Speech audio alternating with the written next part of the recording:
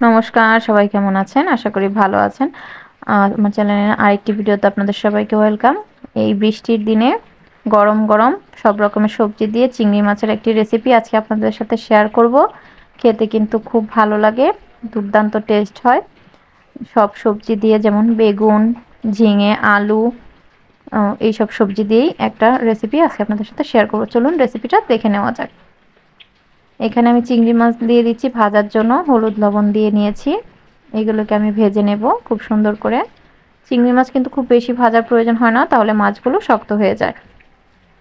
চিংড়ি মাছগুলো আমি ভেজে একটা বাটিতে তুলে রাখবো। এইদিকে আমি দেখুন সবজি কেটে নিয়েছি, ঝিঙা, আলু, বেগুন, ডাঁটা এগুলো কেটে নিয়েছি, কেটে ধুয়ে পরিষ্কার করে নিয়েছি। আর এদিকে মাছগুলো ভাজা হয়ে গেছে, এগুলোকে নামিয়ে রেখে এই কড়াইয়ে আবার তেল দিয়ে দিলাম পেঁয়াজ কুচি। পেঁয়াজগুলোকে খুব ভালোভাবে ভেজে নেব, খুব সুন্দর করে পেঁয়াজগুলোকে ভেজে নিতে হবে। পেঁয়াজগুলো ভাজা হয়ে গেলে তারপর এর মধ্যে আমি দিয়ে দেব, এদিকে চিংড়ি মাছগুলো ভেজে রেখেছি, এর মধ্যে আমি এক এক করে সব মশলা দিয়ে দেব।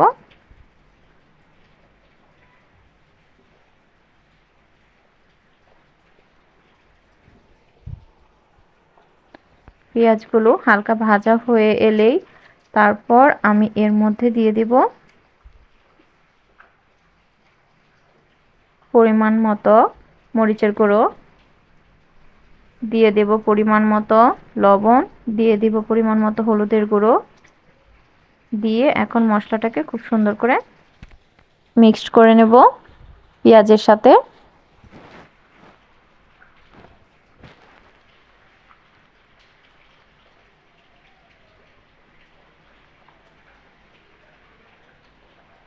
মিক্সড করা হয়ে গেলে তারপর এর মধ্যে দিয়ে দেব জিরে পেঁয়াজ বাটা, তারপর দিয়ে দিচ্ছি জিরে বাটা, দিয়ে এখন এটাকে খুব সুন্দর করে কষিয়ে নেব।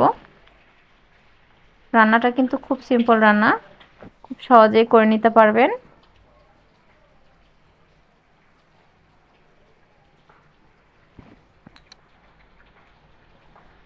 মশলাটা সুন্দর করে কষানো হয়ে গেলে তারপর কেটে রাখা সবজিগুলো আমি এর মধ্যে দিয়ে দেব।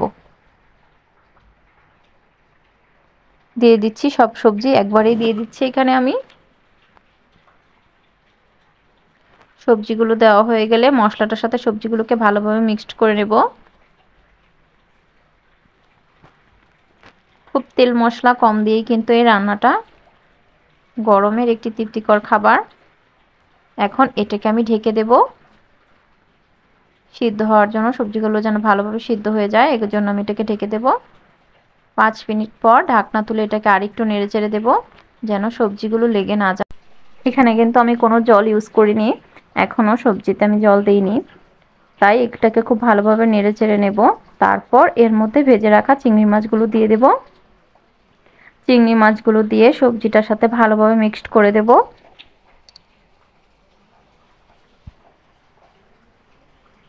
মিক্সড করে দিয়ে তারপর এটাকে আমি আরেকটু ঢেকে দেব।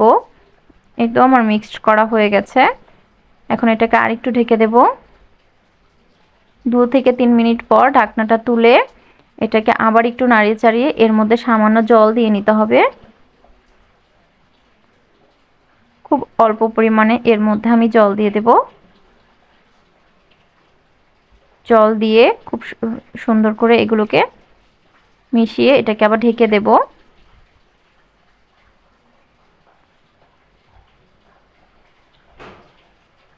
এখানে আমি আর একটু জল দিচ্ছি, জলের পরিমাণটা কম হয়ে গিয়েছে। তারপর এটাকে আমি আবার ঢেকে দেব, যেন এখন সবজিগুলো খুব ভালোভাবে সিদ্ধ হয়ে যায়। এই তো আমার রান্নাটা কিন্তু পুরোপুরি কমপ্লিট হয়ে গেছে। এটাকে এখন নামিয়ে নেব। এটা একদম রেডি হয়ে গেছে। এটাকে এখন আমি একটা বাটিতে পরিবেশন করে নেব। আর আশা করি পুরো ভিডিওটা স্কিপ না করে আপনারা দেখে নেবেন। কেমন লেগেছে আমার ভিডিওটা অবশ্যই জানাবেন। ভালো লাগলে আমার চ্যানেলটাকে সাবস্ক্রাইব করবেন আর অবশ্যই বেশি বেশি লাইক করবেন। আর এই দেখুন আমার রান্নার ফাইনাল লুক কেমন লেগেছে। আশা করি আপনারা বাড়িতে বানিয়ে দেখবেন এটা টেস্ট কেমন হয়। আর বেশি বেশি কমেন্টস করবেন। আজকের মতো এ পর্যন্তই, আগামীকাল দেখা হবে নতুন কোনো ভিডিও নিয়ে। টাটা।